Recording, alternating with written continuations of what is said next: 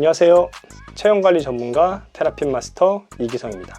이 영상을 클릭하신 분은 아마도 평소 목이나 어깨가 결리고 심한 경우 두통과 턱관절 불편함까지 있는 분일 겁니다. 평소 통증 때문에 스트레칭도 해보고 심할 땐 두통약이나 근육이완제를 먹어봤지만 딱딱하게 굳고 뭉친 근육이 쉽게 풀리지 않아서 병원을 가봐야 되나? 라고 고민하고 계실 텐데요. 오늘은 이러한 통증과 불편함을 즉각적으로 시원하게 해결할 수 있는 방법 알려드릴 테니까요. 동작을 제대로만 따라 하시면 바로 효과를 보실 수 있다는 걸 느끼실 수 있어요.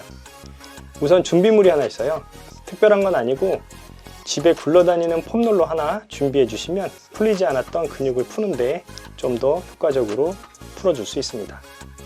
폼롤러가 없는 분은 이번 기회에 하나 준비해 주세요. 이왕이면 목이나 종아리 마사지 하기 좋은 돌기용 폼롤러 구매해 주시면 좋습니다. 제가 10가지 이상 사용해보고 효과가 가장 좋았던 제품 하나 추천해 놨어요. 필요하신 분은 구매하시면 됩니다. 우선 목과 승모근이 뭉치는 이유와 쉽사리 근육이 풀어지지 않는 이유부터 설명해 드릴게요.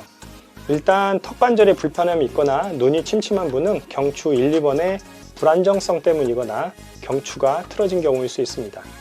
쉽게 말해서 거북목 체형이거나 고개가 삐딱하게 돌아가서 얼굴이 기울어진 분이라고 생각하시면 좋을 것 같아요. 물론 목 디스크가 있는 경우에도 이런 부분이 해당되고요. 그리고 편두통이 있거나 어깨가 뭉쳐서 쉽게 풀리지 않는 분이라면 견갑거근의 문제를 생각해 봐야 됩니다. 견갑거근은 승모근보다 아래에 위치하고 있는데 사람들이 승모근이랑 헷갈리는 경우가 많아요. 왜냐하면 견갑거근은 승모근과 함께 어깨를 위로 올릴 때 쓰는 기능을 하는데 그래서 승모근과 기능이 겹치는 이유 때문에 대부분 견갑거근 문제를 승모근의 뭉침으로 이해하는 경우가 많습니다. 우선 운동을 하기 위해선 딱딱하게 굳은 근육부터 풀어주고 가동성을 회복할 수 있는 스트레칭으로 움직임을 만들어줘야 됩니다. 짧아진 근육은 단축돼서 고정된 상태로 오래 지속되면 근육이 길어지는 걸 까먹게 됩니다. 그래서 정상적인 길이로 늘어나는 스트레칭을 하면 오히려 아프거나 불편한 상황이 생기기도 하는 거죠. 가급적이면 짧아져 있는 근육을 풀어주는 것에서 끝나는 것이 아니라 정상 길이로 늘려주는 스트레칭을 해주시는 게 꼭 필요하죠. 마지막으로 오랫동안 좋은 자세를 유지하기 위해선 가벼운 근력 운동이 포함되어야 바른 자세로 오랫동안 유지할 수 있어요. 자, 그럼 우선 폼롤러를 목 뒤에 대고 좌우로 고개를 천천히 움직여 주세요. 처음엔 고개가 조금씩 움직이게 조금씩 근육이 풀어지기 시작하면 그 다음부터는 가동 범위를 최대로 움직여 줄 거예요.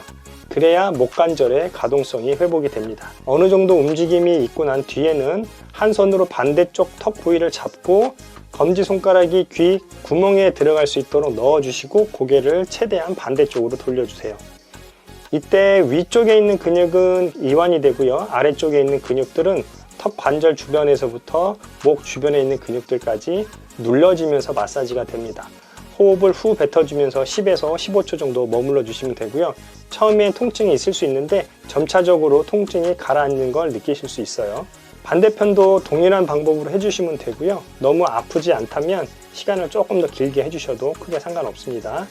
후두부 아래쪽에 후두하근을 늘려주는 운동 할 건데 후두하근은 거북목으로 인해 단축되는 근육이에요.